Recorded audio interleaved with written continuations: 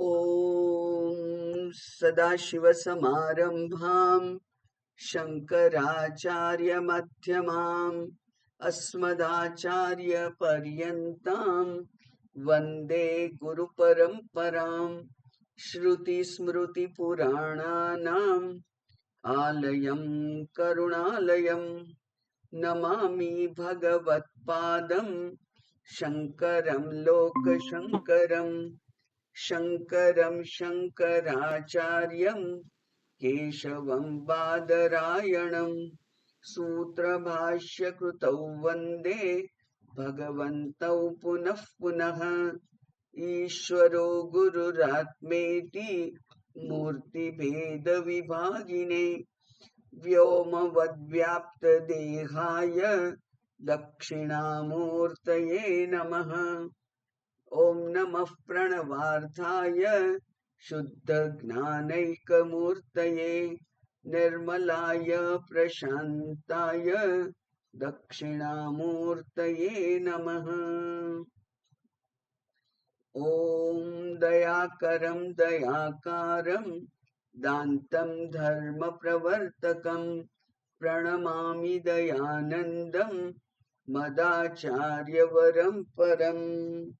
ओम शांति शांति शांति।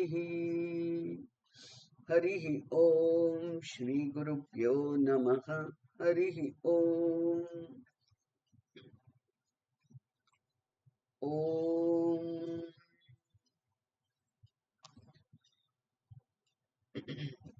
भज गोविंदम भज गोविंदम भज गोविंदम मूढ़मते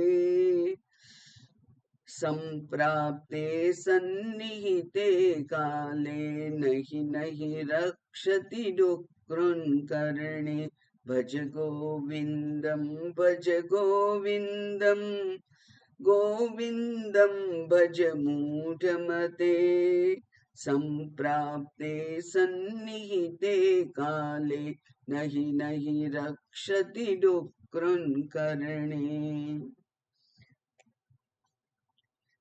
ज्ञेयं गीता नाम सहस्रं तेयं श्रीपतिरूपमजस्रं नेयं सज्जन संगे चित्तं देयं दीनजनाय च वित्तं भज गोविंदं भज गोविंदं गोविंदं भज मूढ़मते संप्राप्ते सन्निहिते काले नहि नहि रक्षति डुक्रुन्कर्णे भज गोविंदं भज गोविंदं।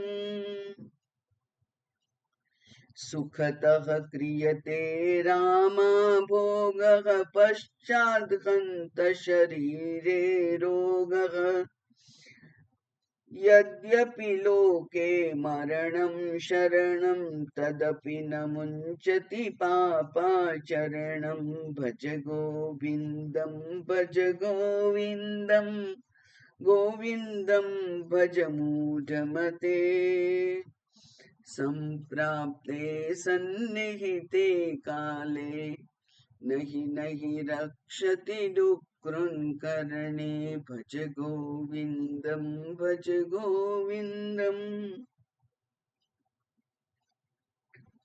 ગઈકાલે આપણે જોઈતું સુખતઃ ક્રિયતે રામા ભોગઃ। સુખતઃ સુખપૂર્વક સ્ત્રી ભોગ થાય છે એટલે ઇન્દ્રિય ભોગ થાય છે। સુખેથી પહેલા તો ઇન્દ્રિય ભોગ કરવામાં સમય વ્યતીત થાય છે। ગઈકાલે એની વિશે બરાબર ચર્ચા કરી હતી આપણે કે આ મનુષ્ય દેહ જે મળેલો છે એનો સદુપયોગ માત્ર એક જ રીતે કરી શકાય અને એ છે આત્મપ્રાપ્તિ। આત્મપ્રાપ્તિ એક જ એવું કામ છે જે આ એક શરીરમાં એક જન્મમાં પૂરું થઈ જાય કરવું હોય તો. સંસારના કામો, મહાત્માઓનું એવું નિરીક્ષણ છે કે સંસારના કામો કદી પૂરા થતા જ નથી. બસ હવે કાલે યમરાજાને આવવું હોય તો આજે આવે, મારે બધા કામ પૂરા થઈ ગયા છે એવું કોઈ કહેતું નથી. એટલે સંસારના કામ તો પેન્ડિંગ થયા જ રહ્યા જ કરે છે. પણ આ એક આત્મ પ્રાપ્તિનું કામ એવું છે કે જો આપણે મચી પડીએ તો એ આ શરીરમાં જ, આ જન્મમાં જ થઈ જાય અને બીજા શરીર લેવા ના પડે. એટલે ઉપનિષદને યાદ કરીએ તો મુંડકોપનિષદ કહે છે કે આત્માનમ અવિદિત્વા અસ્માન લોકાન યહ પ્રૈતિ સકૃપણઃ. આત્માને જાણ્યા વગર એટલે કે આત્મજ્ઞાન થયા વગર જે આ શરીરમાંથી જતો રહે છે, છોડી દેવું પડે છે, એ ખરેખર કૃપણ છે. કારણ કે ભગવાને જે બુદ્ધિ આપેલી છે એનો એણે દુન્યવી સુખને પ્રાપ્ત કરવામાં ઉપયોગ કર્યો. બધા જ સુખો લોકોને જોઈતા હોય છે. ઇન્દ્રિય સુખ, શબ્દ સ્પર્શ રૂપ રસ ગંધ, અને આપણા શબ્દોમાં જોઈએ તો નાનપણમાં 5 વર્ષનું થાય મેક્સિમમ, હવે તો 5 વર્ષનું થાય ત્યારથી પાછળ બેગ ભરવી અને સ્કૂલે જવું પડે. તે 22 વર્ષનો થાય માસ્ટર ડિગ્રી, અને પછી એના પછી પણ જો પીએચડી કરવું પડે હવે તો એ વગેરે બધું, એ બધું કરી અને પછી એ બેગ ચાલુ જ રહે. કારણ કે ત્યાર પછી વ્યવસાય કરવો પડે, નોકરી કરવી પડે. એટલે 25 વર્ષ સુધી સતત કામ કામ કામ રહે છે. અને પછી તો વ્યવસાયમાં તો માણસોને બિલકુલ ટાઈમ નથી હોતો. એટલે પહેલા ભણતર, પછી નોકરી, પછી લગ્ન થાય એટલે કુટુંબનું ભરણ પોષણ, કુટુંબની જવાબદારી. જરાક શ્વાસ લેવા જેવો થાય આનંદનો ત્યારે મા બાપ ઘરડા થઈ ગયા હોય એટલે મા બાપની સેવા. ત્યાં સુધીમાં બાળકો હોય એટલે બાળકોની સેવા. આમ પ્રૌઢાવસ્થા ક્યારે આવી જાય કઈ ખબર જ ના પડે. એટલે એક જગ્યાએ શંકરાચાર્યજીએ કહ્યું છે કે સમાનમ અપી આયાસે ફલ પ્રાપ્તિ એ વિરુદ્ધ. પ્રયાસ સમાન છે અને ફળ પ્રાપ્તિ વિરુદ્ધ છે. એ બધા 25-30 વર્ષ, હમણાં તો મેં ગણાયા 50 વર્ષ સુધી, એ માત્ર એ સાંસારિક વ્યવસ્થા ગોઠવવામાં અને એના સુખો ભોગવવામાં જ એ રત રહે. અને એના પરિણામે એને વારંવાર પ્રાપ્ત થવાનો હોય એ સંસાર જ પ્રાપ્ત થાય. જ્યારે બ્રહ્મચર્ય આશ્રમમાંથી જેણે આ અધ્યયન ચાલુ કર્યું અને પછી એ આત્મ માટેની જે શોધ છે, આત્મ પ્રાપ્તિ માટેના જે પ્રયત્નો છે, એ જો ચાલુ રાખે તો આ શરીરમાં જ એની મુક્તિ થઈ જાય. એટલે ભગવાને તો ભગવદ્ ગીતામાં કહ્યું છે કે બહુ નામ જન્મ નામ અંતે જ્ઞાનવાન મામ પ્રપદ્યતે. બહુ નામ જન્મ નામ અંતે, બહુ જન્મો, પણ બહુ એટલે 3 અથવા 3 થી વધારે, પણ 2-3 જન્મમાં તો ત્યાં આગળ આપણને પ્રોમિસ મળી ગયું કે આ આત્મ પ્રાપ્તિ થઈ જશે, અને ત્યાર પછી તો શરીર લેવાના રહેતા નથી. એટલે જગત અંતર્ગત જો કાર્ય કરો તો જગતની પ્રાપ્તિ જ રહે છે કાયમ માટે, અને જો આત્મા પ્રાપ્તિ માટેનો પ્રયત્ન હોય તો આત્મા પ્રાપ્ત થાય પછી આ જગત સંસાર, આ શરીરોની હારમાળા લેવાની રહેતી નથી. એટલે પ્રયાસ સમાન છે, પણ ફળ વિરુદ્ધ છે. એવું કેનોપનિષદ કહે છે કે ઇહ ચેદ અવેદિથ સત્યમ અસ્તિ, ઇહ ચેદ ના વેદિથ અથ મહતી વિનષ્ટિ. આ શરીરમાં જો જાણ્યું તો બરાબર, અને ના જાણ્યું તો મહાન વિનાશ છે. કારણ કે ફરી મનુષ્ય જન્મ ક્યારે મળશે કહેવાય નહીં. પહેલા જ કહી દીધું દુર્લભમ મનુષ્યત્વમ. મનુષ્ય જન્મ મળવો જ દુર્લભ છે. મળી ગયો છે તો એનો સદુપયોગ કરવો જોઈએ. એટલે સુખતઃ ક્રિયતે રામા ભોગ. એમાં અવરોધ શું આવે છે? અવરોધ છે પરાંચી ખાની વ્યસૃણત સ્વયંભૂ. બ્રહ્માજીએ આપણને બહિર્મુખી ઇન્દ્રિયો આપી છે, એટલે એ બહિર્મુખી ઇન્દ્રિયો વડે ઇન્દ્રિયો બહારના વિષયોના ભોગથી જ સંતુષ્ટ થાય એવી આપણને ટેવ પડી ગઈ છે. અને એટલે સુખી થવું હોય તો કંઈક બહારથી શબ્દ સ્પર્શ રૂપ રસ ગંધ રૂપ કંઈક પ્રાપ્ત કરવું જ પડે એવી આપણી માન્યતા થઈ ગઈ છે. એટલે શંકરાચાર્યજી કહે છે કે પહેલા તો સુખપૂર્વક ભોગ કરે છે વ્યક્તિઓ, જાણતા નથી ભોગે રોગ ભયમ. પેલી સિગરેટની ના પેકેટ ઉપર લખેલું આવે છે, સિગરેટનું નહીં, પેલું મોઢામાં મૂકવાના પેલા મસાલા હોય એના પર લખેલું આવે છે. એના પર તો એટલું બધું ખરાબ એવું આ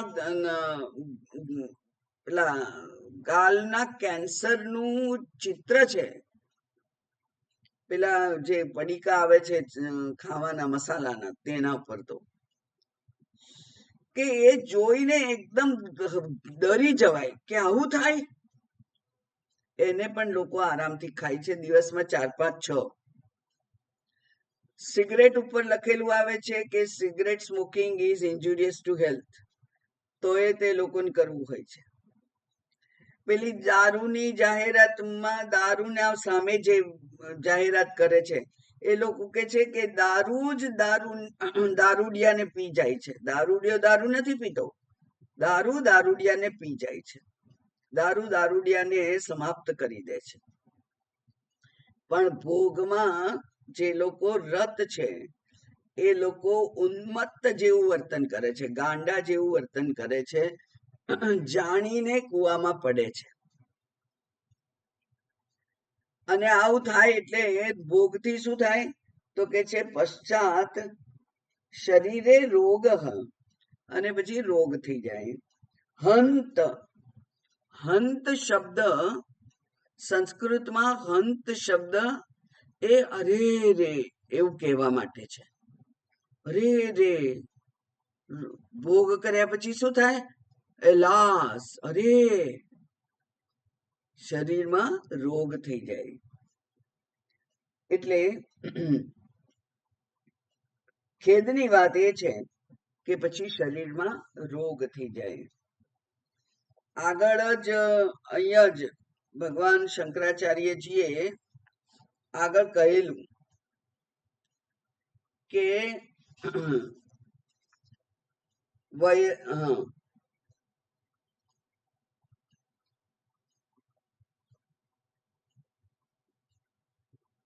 વૃદ્ધાસ્તાવત ચિંતાસક્તઃ બાલસ્તાવત ક્રીડાસક્તઃ તરુણસ્તાવત તરુણી રક્તઃ વૃદ્ધસ્તાવત ચિંતાસક્તઃ. વૃદ્ધત્વ આવે એટલે ચિંતા થાય, કારણ કે ઢીચણ દુખતા હોય, બધા આંધાઓ દુખતા હોય, પાચન તંત્ર બરાબર ના રહ્યું હોય, શ્વસન તંત્રમાં ફેફસા થાકી ગયા હોય, શ્વાસ ચડતા હોય, આંખ કાન વગેરે ઇન્દ્રિયો આરામથી એટલે કે થોડી થોડી રજા પર હોય, એવા બધા જે કઈ પ્રશ્નો થાય છે વૃદ્ધાવસ્થાના, એ બધા વૃદ્ધાવસ્થાઓના પ્રશ્નો વડે આ વ્યક્તિ ચિંતામગ્ન હોય. વૃદ્ધસ્તાવત ચિંતામગ્ન. અને એટલે ત્યાં કહ્યું છે પરમે બ્રહ્મણી કોપી ન સક્ત. અને ત્યાં બ્રહ્મ વિચાર કરવાનું કોઈને સામર્થ્ય રહેતું જ નથી. એટલે પશ્ચાદ હંત શરીરે રોગ. પછી રોગ પછી શું થાય? લોકે મરણમ શરણમ. લોકમાં મરણ એ જ શરણ છે. લોકે મરણમ શરણમ. આ લોકમાં મરણ એ જ અંતિમ સ્થિતિ છે. અને તોય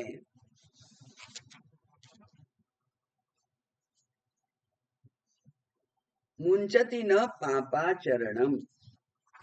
તોય એ પાપ આચરણ છોડતો નથી. પાપ આચરણ એ શું છે? તો શાસ્ત્ર તો કે છે, ધર્મશાસ્ત્રની વાત નથી કરતા આપણે. શાસ્ત્ર કે છે અજ્ઞાન એ જ મોટામાં મોટું અશુદ્ધિ છે, અને અજ્ઞાની હોવું એ મોટામાં મોટું પાપ છે. અજ્ઞાની જન્મવું પાપ નથી, પણ અજ્ઞાની જ રહી અને મૃત્યુ પામવું એ પાપ છે. જન્મ તો અજ્ઞાનને કારણે જ થયો છે. પૂર્વમાં જો અહમ બ્રહ્મ એવી નિશ્ચય થયો હોત તો આ શરીર પ્રાપ્ત કરવાનો કોઈ સવાલ જ નહોતો. પણ શરીર પ્રાપ્ત થઈ ગયું છે એટલે એવું થયું કે અજ્ઞાની છીએ ત્યાં સુધી ઠીક છે, પણ પ્રયત્ન શેનો કરવાનો છે? જ્ઞાન પ્રાપ્ત કરવાનો. શરીર શેના માટેનો ઉપયોગ કરવાનો છે?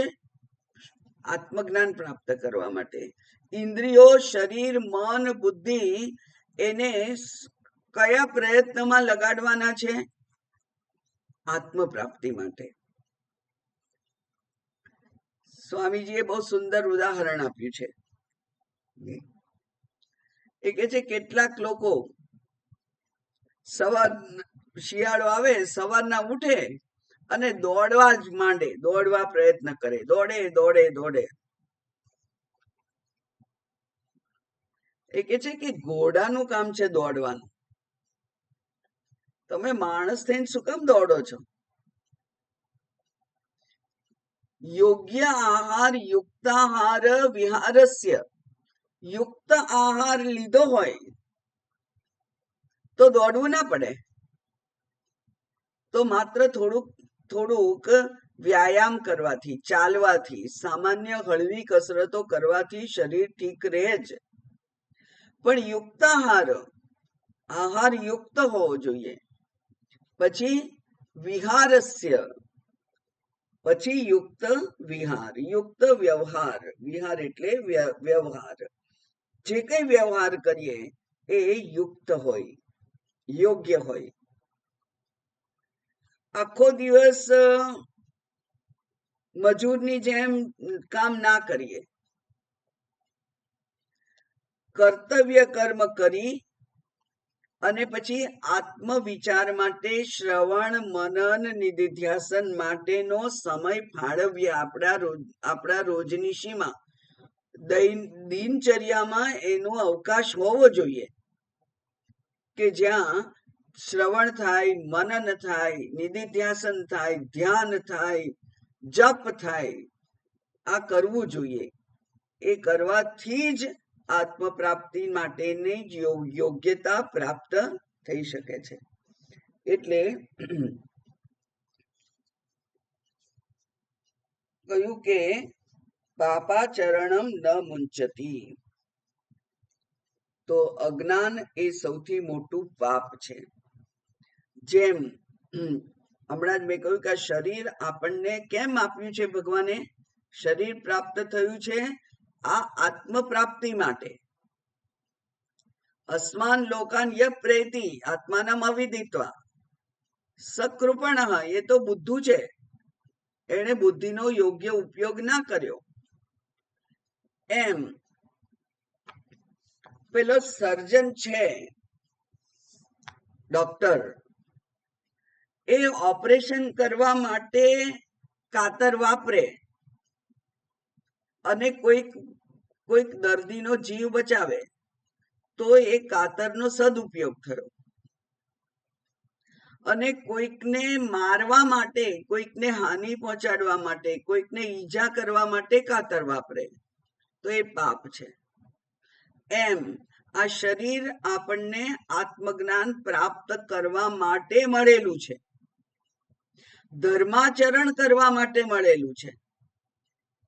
એ જ શરીરથી અધર્મ આચરી અને આ સાંસારિક સુખોની વૃદ્ધિ કરીએ તો એ તો દુરુપયોગ છે. અને એ દુરુપયોગ કરવાથી એ કરવું એ જ મોટામાં મોટું પાપ છે. એટલે આ શરીર મળ્યું છે એ જ ખરેખર આપણા માટે એક આશીર્વાદ રૂપ છે. એનો સદુપયોગ કરવો જોઈએ.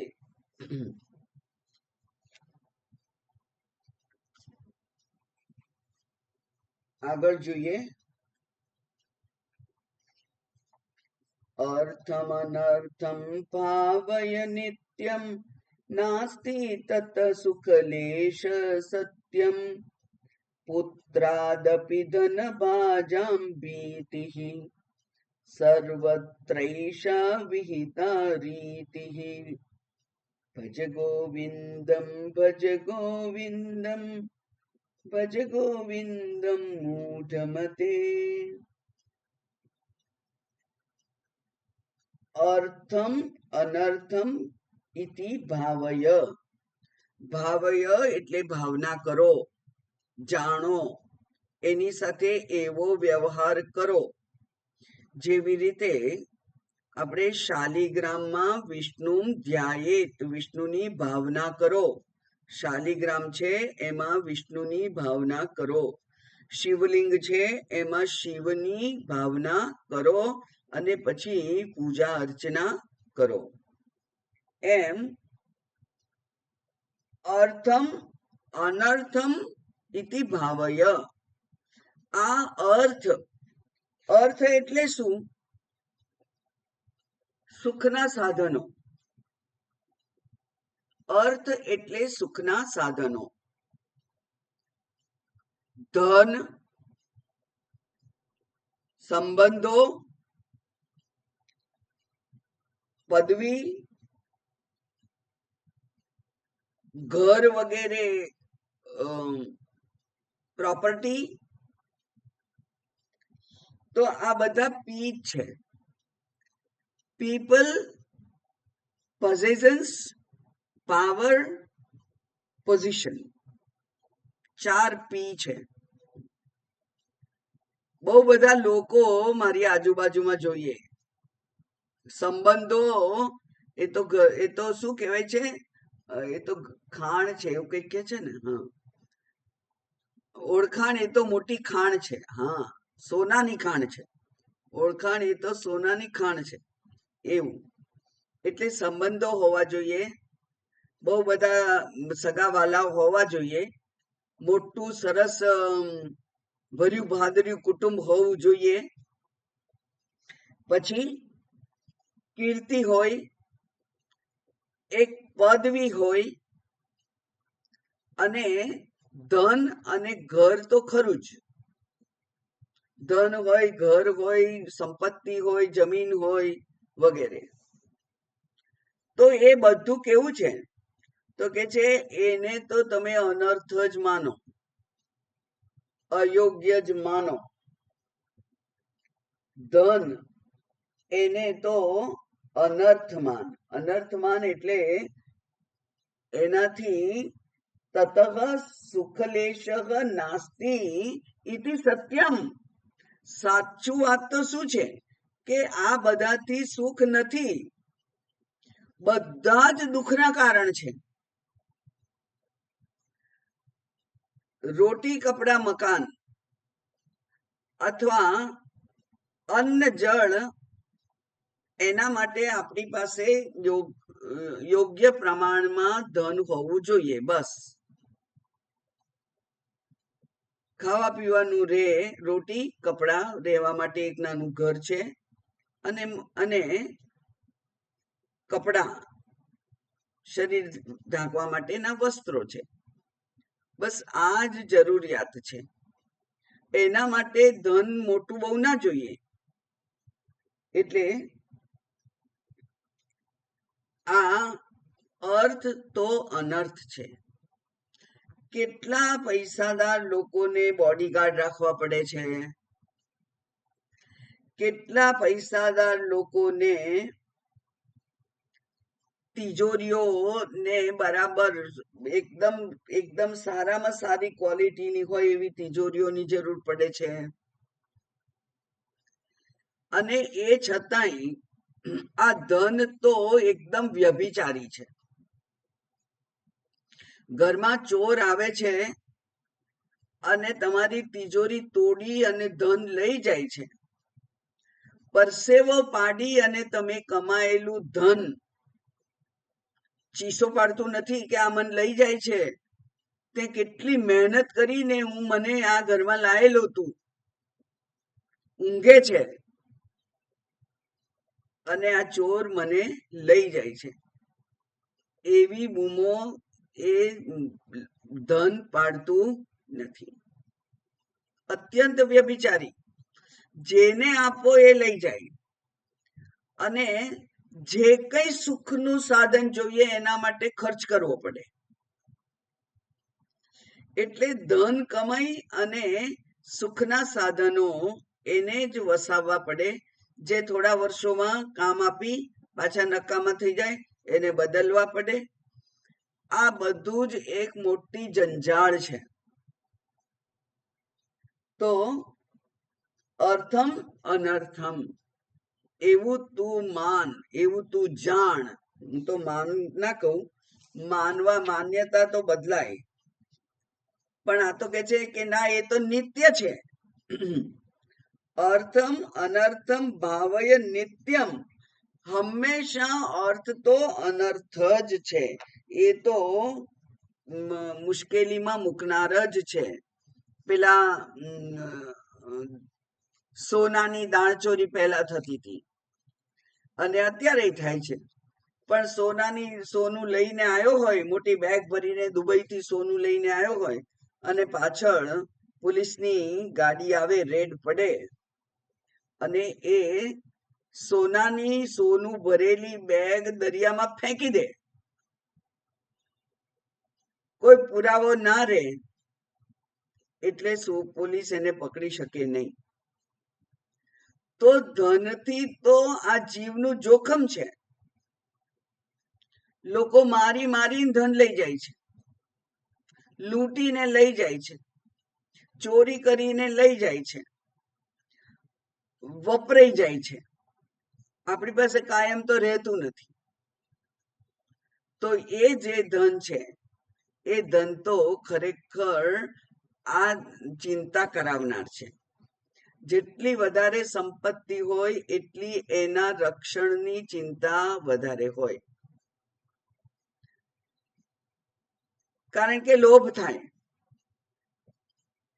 એટલે થોડા વધારે પૈસા આયા, 5-50 લાખ રૂપિયા, તો શેર બજારમાં ઇન્વેસ્ટ કરો, જલ્દી વધે, અને પછી શેર બજાર તૂટી પડે અને માંડ હાથમાં આવેલા પૈસા છૂટી જાય. આ બધી ચિંતાનું મૂળ છે. એટલે આપણે વાપરવા જેટલા પૈસા મળે એટલા જ ભગવાન પાસે માંગીએ. કારણ કે પેલું ભજન કંઈક કહે છે, એ કહે છે કે મારા કુટુંબનું પોષણ થાય અને અતિથી ભૂખ્યો ના જાય, બસ એટલું ધન મને આપતું ભગવાન. તો અર્થમ અનર્થમ ભાવય નિત્યમ. તતઃ એટલે ધનથી. સુખ લેશ નાસ્તિ, એનાથી સુખ બિલકુલ છે જ નહીં. ધન એ સુખનો સ્ત્રોત નથી, ધન તો ચિંતાનો સ્ત્રોત છે. વધારે પડતું ધન એ તો ચિંતાનો સ્ત્રોત છે. લક્ષ્મી સ્તોય તરંગ ભંગ ચપલા. લક્ષ્મી કેવી છે? તો કે છે કે જેમ જળ ઉપર પેલા તરંગ એક ઊભું થાય અને જતું રહે, ઊભું થાય અને જતું રહે, એમ આ લક્ષ્મી પણ જતી રહેવા માટેની જ હોય છે હંમેશા. અર્થસ્ય સાધને સિદ્ધે ઉત્કર્ષે રક્ષણે વ્યયે નાશોપભોગ આયાસઃ ત્રાસ ચિંતા ભ્રમો નૃણામ. સુંદર શ્લોક છે. અર્થસ્ય સાધને સિદ્ધે, અર્થનું સાધન સિદ્ધ થઈ જાય એટલે કે બહુ કમાવાય તો શું થાય? તો એ કે છે કે ઉત્કર્ષે, પછી વધે, ધન વધે એવું ઈચ્છા થાય. પછી રક્ષણે, રક્ષણ કરવાની ઈચ્છા થાય. પછી વ્યયે, અરે વપરાઈ ગયું ચિંતા થાય, અરે બહુ વપરાઈ ગયું, આ મહિને તો બહુ ખર્ચો થઈ ગયો, તો વ્યયે ચિંતા થાય. પછી નાશોપભોગે, નાશે ચિંતા થાય, અને ઉપભોગે આયાસઃ, અને ઉપભોગ કરવો હોય તો પ્રયત્ન કરવો પડે. ત્રાસ ચિંતા ભ્રમો નૃણામ, આ બધું તો ત્રાસ જ છે નૃણામ, મનુષ્યો માટે. માટે ધનની નો લોભ કરવો નહીં. માત્ર આપણા જરૂર પૂરતું જ ધન જોઈએ.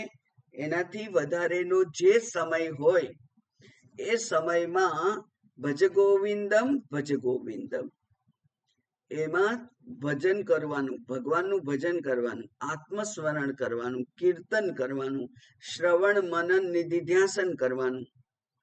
પણ આપણે તો 18 કલાક કામ કરે વ્યક્તિ, તો એ ઈશ્વર સ્મરણ ક્યારે કરે?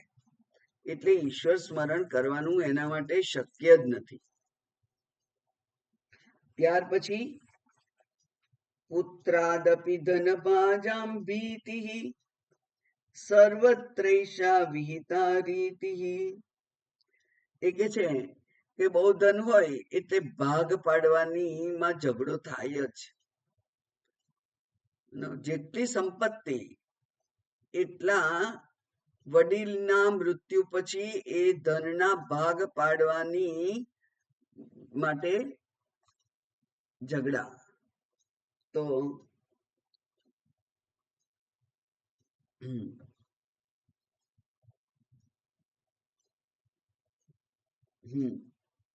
પુત્રાદપી ધન ભાજામ ભીતિ. અચ્છા, બીજું એક એવું પણ થાય કે તમારી પાસે ધન હોય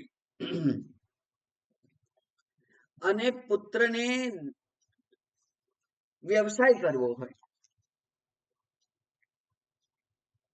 તો તમે પુત્રને વ્યવસાય કરવો છે એટલે ના તો નહીં કહો.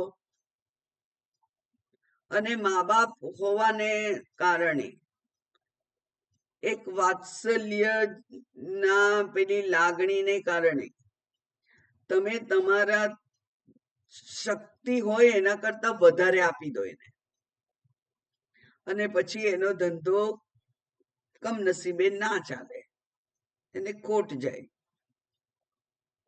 તો એ તો દુઃખી થવાનો, તમે દુઃખી થવાના. કારણ કે તમે તો પુત્રને પુત્રના પ્રેમના માં આંધળા થઈ અને બધું જે હતું એ બધું આપી દીધું. એટલે પછી ના પુત્રને સુખ રહે અને ના મા બાપને સુખ રહે. એનાથી જુદા દ્રષ્ટિકોણથી વિચારીએ તો પુત્ર સ્નેહથી તમે સંપત્તિ આપી દીધી અને પછી એ પુત્રો કે પુત્રીઓ એ મા બાપના વૃદ્ધાવસ્થામાં એમની સેવા કરવા માટે કોણ તૈયાર હોય છે? કેટલા બધા વૃદ્ધાશ્રમો થયા છે, અને કેટલીક જગ્યાઓએ તો એવા એવા પ્રસંગો છે કે જેમાં મા બાપને કોઈકને એમ કે ચલો અમે તમને મંદિર લઈ જઈએ, મેળામાં લઈ જઈએ, મંદિરમાં લઈ જાય, મેળામાં લઈ જાય, કઈક જગ્યાએ એમને ઘુમાઈ દે અને પછી એકલા ઘેર જતા રહે. પછી એમની ખબર કાઢવા કોઈ આવતું નથી. વૃદ્ધાશ્રમમાં એમની એમની ખબર પૂછવા માટે કોઈ આવતું નથી, એમની અંતિમ ક્રિયા કરવા કદી આવતા નથી. તો આ પુત્રો જે છે, સંતાનો છે, એ સંતાનો એ એમની ફરજ યોગ્ય રીતે નિભાવશે જ એવું તમે કહી ના શકો. એનાથી ઉલટું તમે કરો, ધારો કે તમે તમારા માટે સંગ્રહી રાખો અને એમ કહો કે ના હું તારા ભાગના પૈસા હું તને આપી દઉં, લે પછી તાર જે કરવું એ કર, તો એ કહેશે કે આ તો મા બાપ છે કે કોણ છે?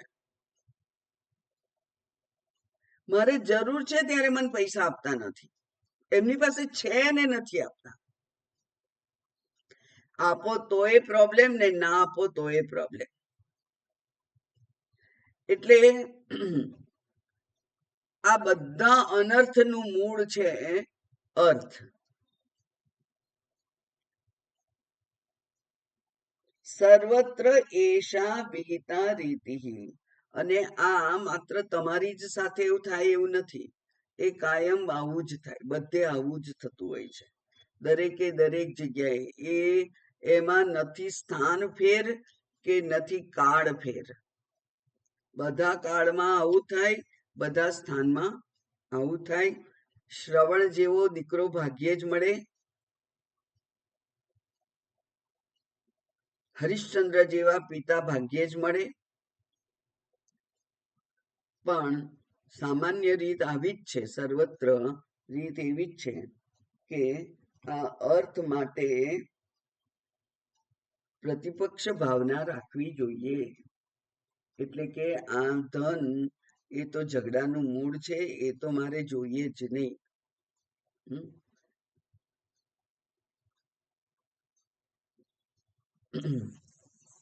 કોઈને મેં સલાહ આપી કે બેંકમાંથી લોન લો અને અહીંયા મકાન છે, એ કે તમે લોન ના આપો, બેંક તો ના આપે, કારણ કે બેંક તો નિયમો પ્રમાણેનું લોન આપે. અને પછી હું લોન આપું 25 લાખ, પછી એનાથી ભરાય કે ના ભરાય એની શું ખાતરી? ના ભરાય તો હું શું કરી લઉં? એટલે આ ધન હોવું ને એ પણ એક પ્રકારનું ક્લેશ છે. ચાલો ચાલો, કઈ વાંધો નહીં.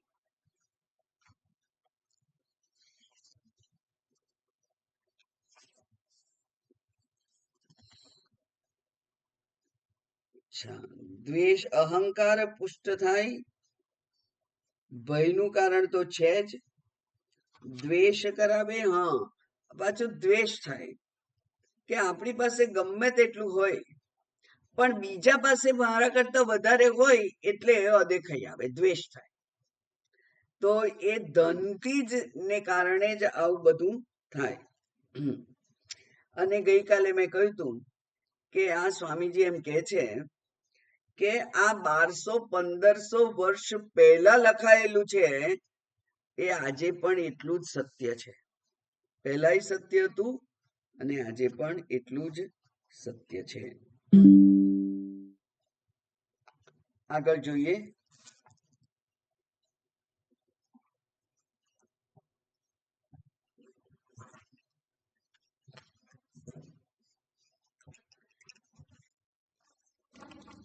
પ્રાણાહારમ પ્રત્યાહાર નિત્યાનિત્ય વિવેક વિચારમ જાપ્ય સમેત સમાધિ વિધાનમ પૂર્વવધાનમ મહદવધાનમ ભજ ગોવિંદમ ભજ ગોવિંદમ ભજ ગોવિંદમ મૂઢમતે.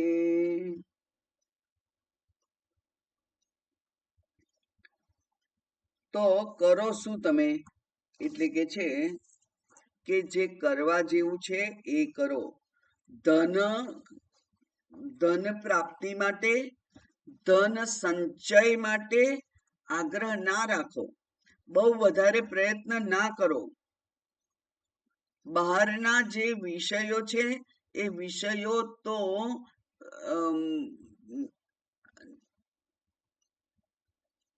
આપણી વિનાશ નોતરવાનો જ વિનાશના જ દ્વાર છે. ઇન્દ્રિયો તો વિનાશના જ દ્વાર છે. વિનાશ તમે એનાથી એને નોતરો છો, બોલાવો છો. એટલે એના માટે ધનની જરૂર નથી. પણ જરૂર શેની છે તો પછી? તો કે છે કે પ્રાણાયામ કરો. પ્રાણાયામ કરવાથી મનની એકાગ્રતા સધાય છે. પ્રાણ અને મન એ બંનેને બહુ ગાઢ સંબંધ છે. આપણે ઊંઘી જઈએ ત્યારે આપણા પ્રાણન ક્રિયા જાગતા હોઈએ એવી નથી થતી. જાગતા હોઈએ ત્યારે 1 મિનિટમાં દાખલા તરીકે 80 શ્વાસોશ્વાસ થાય, તો ઊંઘી ગયા હોઈએ ત્યારે 55 થી 60 જ થાય, સ્લો થઈ જાય. કારણ કે ઇન્દ્રિયો પ્રાણનો ઉપયોગ નથી કરતી, ઓક્સિજનનો ઉપયોગ નથી કરતી. ઇન્દ્રિયો કામ નથી કરતી, ઓક્સિજનની જરૂર નથી એટલી. એટલે પ્રાણાયામ કરવાથી પ્રાણ ધીમા પડે. પ્રાણ ધીમા પડે તો મન પણ ધીમું પડી જાય.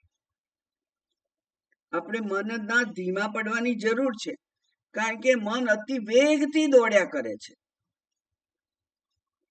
જ્યાં જે ઈચ્છા થઈ ત્યાં પહેલા મન પહોંચી જાય, ભોગ કરવા માંડે અને પછી તમને કમ્પેલ કરે, તમને ફરજ પાડે કે જો કેટલી મજા આવે છે. કલ્પના કરવાથી જ, કલ્પનામાં જ મજા આવતી હોય. એટલે પછી એ વસ્તુની પાછળ આપણે ગાંડા થઈએ એની પ્રાપ્તિ માટે. તો પ્રાણાયામ કરો, પ્રાણને નિયંત્રિત કરો. પ્રાણને નિયંત્રિત કરો એટલે મન ઓટોમેટિક નિયંત્રિત થવાનું છે. કારણ કે મન ઉપર કાબુ નથી, પ્રાણ ઉપર કાબુ છે આપણો. આપણે અનુલોમ વિલોમ કરીએ, પછી કુંભક અને રેચક કરીએ. પ્રાણ અંદર લઈએ, પછી કુંભક, એટલે 4 કુંભક હોય નહીં, 1 કુંભક હોય તો 2 રેચક કરવા જોઈએ. કુંભક વધારે હોય એટલે પ્રાણ અંદર લો, 4 મિનિટ નહીં, 4 મિનિટ તો ના રહે, 1 મિનિટ પ્રાણ સેકન્ડ અંદર લો, 1 મિનિટ. હા, હવે સરોજબેન કહેશે.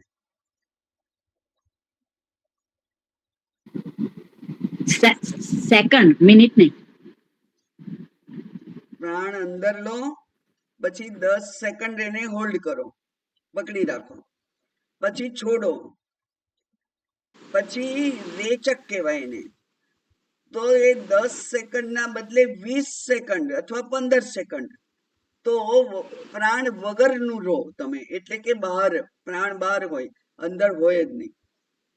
તો રેચક અને કુંભક એમ કર્યા કરવાથી આ જે મન છે એ ધીરું પડે, એ લયમાં આવે, જે એનો નિયમ છે, બરાબર. પ્રાણાયામનો નિયમ છે કે એક ગાયત્રી મંત્ર બોલો, પછી કુંભક કરો, 2 ગાયત્રી મંત્રથી કુંભક કરો, પછી ફરી એક ગાયત્રી મંત્ર બોલો, એનાથી પ્રાણ બહાર કાઢો, ફરીથી 2 ગાયત્રી મંત્ર બોલો, એટલું રેચક કરો, એટલે બહાર.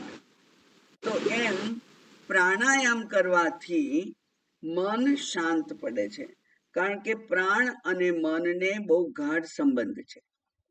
તો પ્રાણાયામ કરો, પછી પ્રત્યાહાર, આહાર, આહાર એટલે ભોગ, અને પ્રત્ય એટલે ના કરો, એટલે ભોગનો નિષેધ, એટલે ઇન્દ્રિય નિગ્રહ. પ્રત્યાહાર એટલે ઇન્દ્રિય નિગ્રહ. બધા ઇન્દ્રિયોને આપણે પાછી ખેંચી લેવી, ઇન્દ્રિય નિગ્રહ કરો. પછી જ્યારે મન શાંત થાય ત્યારે નિત્ય અનિત્ય વિવેકનો વિચાર કરવાનો હોય, એટલે કે નિત્યાનિત્ય વસ્તુનો વિવેક કરી અને નિત્યનો સ્વીકાર અને અનિત્ય માટેની લોભ, લાલસા, કામના છોડી દેવાની. અનિત્ય વસ્તુઓ, અનિત્ય પદાર્થો માટેની કામનાઓ ઓછામાં ઓછી થાય એવું આપણું જીવન હોય. નિત્ય માત્ર આત્મા છે, તો આત્મા સિવાયનું દેહાદી સંઘાતથી શરૂ કરી અને શબ્દ, સ્પર્શ, રૂપ, રસ, ગંધ, 5 પ્રકારના વિષયો બધું જ અનિત્ય છે. આ બધા જ અનિત્યને ઉના ઉપર નિષેધ, બધા અનિત્યનો નિગ્રહ કરવાનો છે, એટલે કે એને બહુ સ્પેસ આપવી નહીં, એને ઓછામાં ઓછું કંજુસઈથી એનો ઉપયોગ કરવાનો છે. અનાત્માનો કંજુસઈથી ઉપયોગ કરવાનો છે, અને આત્માને વિશે બરાબર વિચારવાનું છે, વિવેકપૂર્વક વિચારવાનું છે. તો પ્રાણાયામ પ્રત્યાહારમ નિત્યાનિત્ય વિવેક વિચારમ જાપ્ય સમેત સમાધિ વિધાનમ. જપની સાથે સમાધિ કર. સમાધિ એટલે યોગ્ય જગ્યાએ મનને ગોઠવવું. સમ્યક આધાનમ સમાધાનમ. સમ્યક આધાનમ એટલે, આધાનમ એટલે નાખવું, ગોઠવવું. યોગ્ય જગ્યાએ મનને ગોઠવવું એને સમાધિ કહેવાય. એટલે આત્મવિચારમાં, પરમાત્મ વિચારમાં, ઈશ્વર વિચારમાં જો ભક્ત હો તો તમે ભગવાનનું પણ વિચાર કરી શકો, પણ આ ઈષ્ટ વિચારમાં કે આત્મવિચારમાં એ મનને ગોઠવવું. અને કુરુ અવધાનમ મહદવધાનમ, અને કુરુ અવધાનમ, અવધાન કરો, ત્યાં જ રહો, ત્યાં સુધી, મહદવધાનમ, લાંબા સમય સુધી ત્યાં જ ધ્યાન કરો. તો અવધાન કરવું એટલે બહુ સાવચેતીપૂર્વક, ધ્યાનપૂર્વક મનને એક જગ્યાએ રાખવા માટે પ્રવૃત્ત કરવું. આમ પહેલા પ્રાણાયામ કરવાના, પછી ઇન્દ્રિયોનો નિગ્રહ કરવાનો, નિષેધ કરવાનો, એટલે કે કોઈ પણ શબ્દ, સ્પર્શ, રૂપ, રસ, ગંધ, પાંચે પાંચ વિષયોના ભોગમાંથી સાપેક્ષ નિવૃત્તિ. ભોગ દ્રષ્ટિથી કઈ નહીં, જરૂરિયાતની જેટલું વસ્તુ ગ્રહણ કરી અને બાકી ઇન્દ્રિયોને શાંત રહેવા દો. પછી નિત્યાનિત્ય વસ્તુનો વિવેક કરો. મનને આત્મામાં ગોઠવો, પરમાત્મા ચિંતનમાં મનને ગોઠવવાનું છે. અને એની શરૂઆત થાય જપથી. જપ કરીને પછી જપના શબ્દોને વળગી રહેવાનું નથી. જપના શબ્દો પણ ધીરે ધીરે ધીરે ધીરે શાંત થવા જોઈએ. એટલે જપ પણ 3 પ્રકારના હોય છે. ઉપાંશુ જપ એટલે કે મોટેથી બોલીએ, પછી મધ્યમ જપ, મંદ જપ, જેને માત્ર આપણને જ સંભળાય એવી રીતે બોલીએ, અને પછી અજપા જપ એટલે કે ત્યારે પછી બિલકુલ અવાજ ના થાય અને છતાંય જપ થાય, હોઠ પણ ના હાલે છતાંય જપ થાય. આ પ્રમાણે જપને પણ ધીમે ધીમે ઓછા કરવાના. એટલે જપ કરવા બેસીએ ત્યારે પહેલા મોટેથી બોલવાનું, થોડો વખત મોટેથી બોલી પછી માત્ર હોઠ ફફડે અને મને જ એકલાને સંભળાય એવી રીતે બોલવું. ઓમ બોલો કે રામ બોલો કે નમઃ શિવાય બોલો, પણ ઓમ નમઃ શિવાય, ઓમ નમઃ શિવાય, ઓમ નમઃ શિવાય, ઓમ નમઃ શિવાય, ઓમ નમઃ શિવાય, એનો ટોન ધીરો પડે. અને પછી છેલ્લે હોઠ પણ બોલવાના એટલે કે ફફડવાના બંધ થઈ જાય અને પછી જે જપ થાય એ જપ હંમેશા થયા કરતા હોય. તો આ 3 પ્રકારના જપ હોય છે. એનાથી મનને જપનો ઉપયોગ કરીને, જપ એટલે સાધન છે, જપનો ઉપયોગ કરી અને પછી જપ પણ વિસરાઈ જાય, જપ પણ ભૂલાઈ જાય અને છતાંય મન પરમાત્મામાં ગોઠવાયેલું રહે, એને કહેવાય છે સમાધિ. એ સમાધિ થાય અને લાંબો સમય સુધી આ બહુ ધ્યાનપૂર્વક સમાધિમાં રહેવું એ જ જરૂરી છે. આ આચાર્ય અહીં આપણને કહે છે કે યુક્ત સ્વપ્નાવબોધસ્ય, ઉપર આપણે વાત કરી યુક્ત આહાર યુક્ત વિહારની, અહીંયા વાત કરવાની છે યુક્ત સ્વપ્ન અવબોધ.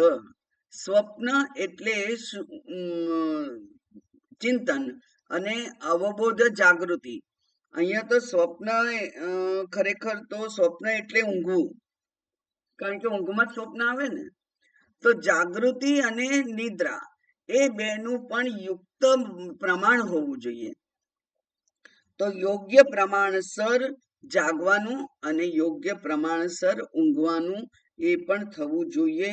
એનાથી યોગો ભવતી દુઃખહા, એનાથી દુઃખનો હાનિ થાય છે, દુઃખ જતું રહે છે. એવું જે છે તે આત્મસંસ્થા મનઃ કૃત્વા ન કિંચિદપી ચિંતયેત, એવું 6થા અધ્યાયમાં ભગવાને કહ્યું છે. એનું એકાગ્રતાપૂર્વક પરમાત્માનું તું ધ્યાન કર. આમ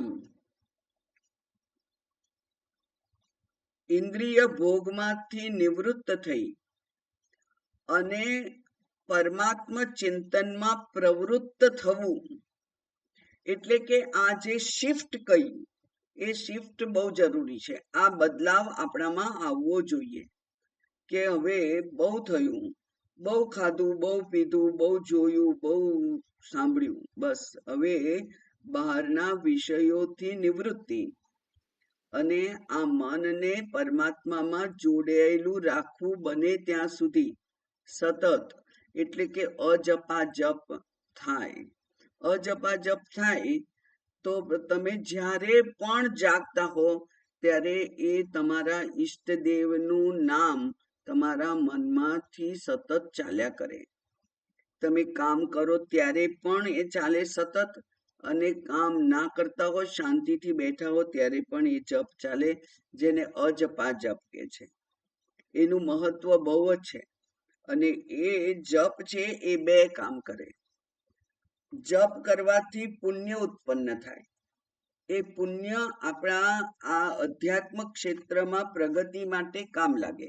એ પહેલું એનો સ્થૂળ ઉપયોગ કહેવાય. અને એનો સૂક્ષ્મ ઉપયોગ થાય કે મન આપણા કાબુમાં રહે. એટલે કે ઇન્દ્રિય ભોગમાં પછી પ્રયત્ન વગર નિષેધ થાય, પ્રયત્ન વગર ત્યાં સંયમ થાય.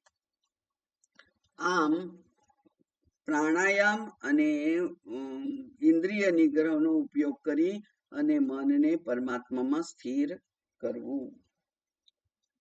આ બહુ સરસ અંતે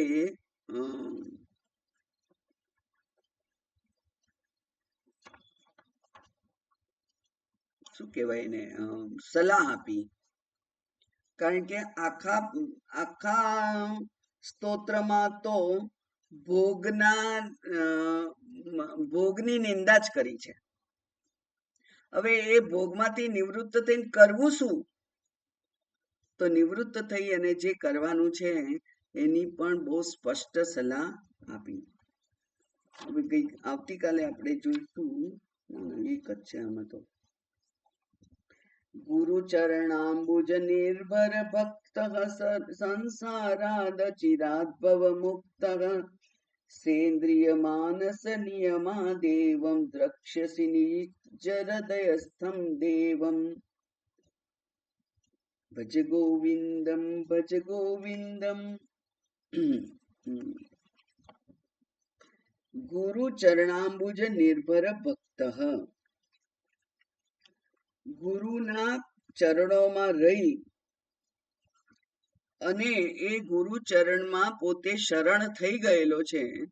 એટલે એવો જે શરણાગત ભક્ત છે એ સંસારથી મુક્ત છે. એ સંસારથી મુક્ત થઈ જાય છે. એટલે મુક્ત થવા માટે હવે એને બીજું કંઈ કરવું નથી પડતું. ગુરુના જે ઉપદેશ છે, એ ગુરુનો શાસ્ત્ર સંમત ઉપદેશ છે. એ ઉપદેશ વડે એ સંસારથી મુક્ત થઈ જાય છે. અને ઇન્દ્રિય અને મન, ઇન્દ્રિયો સહિત ઇન્દ્રિય, સેન્દ્રિય એટલે ઇન્દ્રિય, માનસ નિયમાત, એ બંનેને નિયંત્રિત કરીને પોતાના કાબુમાં લાવીને એવમ આ પ્રમાણે દ્રક્ષ્યસી એટલે જુએ છે. કોને જુએ છે? નિજ હૃદયસ્થમ દેવમ, પોતાના જ હૃદયમાં રહેલા દેવને એ જોઈ શકે છે. એટલે કે એ આત્મચિંતન કરવા માટે સક્ષમ બને છે.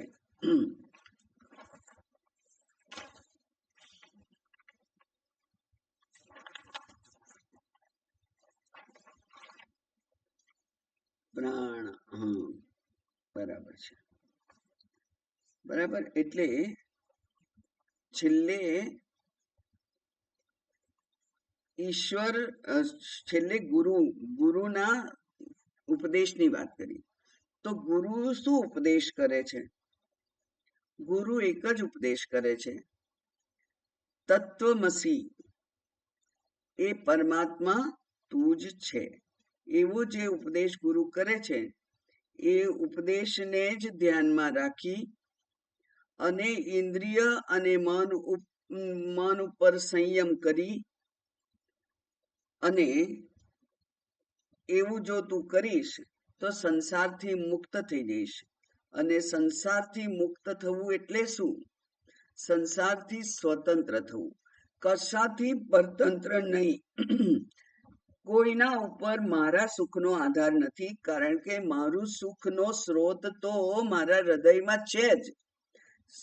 સત્યમ જ્ઞાનમ અનંતમ બ્રહ્મ સચ્ચિદાનંદ પરમાત્મા એ અંતર્યામી રૂપે મારી પાસે જ છે. એટલે સુખનો સ્ત્રોત તો હું પોતે છું. તો બહારથી આવતું જે સુખ છે એવું અત્યાર સુધી લાગતું હતું એના ઉપર વિચાર કરવાનો છે, અને એવો વિચાર કરીએ કે સુખ બહારથી આવતું જ નથી. બહારથી જે નિમિત્ત છે એ તો આ જે અંદર આનંદનો સ્ત્રોત છે એનું માત્ર ઢાંકણું ખોલી દે છે. એટલે હું અપૂર્ણ નથી.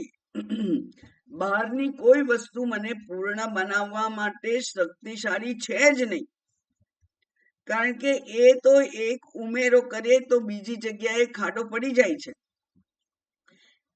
આશાઓ ઈચ્છાઓ અનંત છે, વિષયો અનંત છે, એટલે વિષયાતીત થવું એ જ ખરેખર તો ઉપાય છે. એ વિષયોના પરતંત્રતામાં જો આપણે રહ્યા કરીએ તો આ આત્મસંસ્થાન જે જ્ઞાન છે, જે અંતર્યામી રૂપ જે જ્ઞાન છે, મારા પોતાના સ્વરૂપનું જ્ઞાન છે, એ સ્વરૂપનું જ્ઞાન મને પ્રાપ્ત થશે નહીં. એટલે પહેલા તું સ્વરૂપનું જ્ઞાન પ્રાપ્ત કર એવું અહીંયા કહ્યું. અને એની સાથે ભજ ગોવિંદમ સ્તોત્ર પણ આપણે પૂરું કર્યું.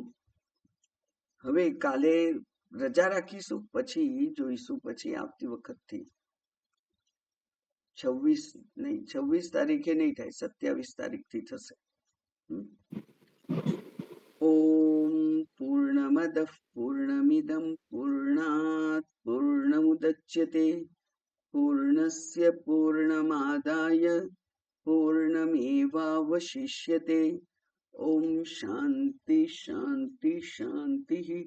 હરિ ઓમ. શ્રી ગુરુભ્યો નમઃ. હરિ ઓમ.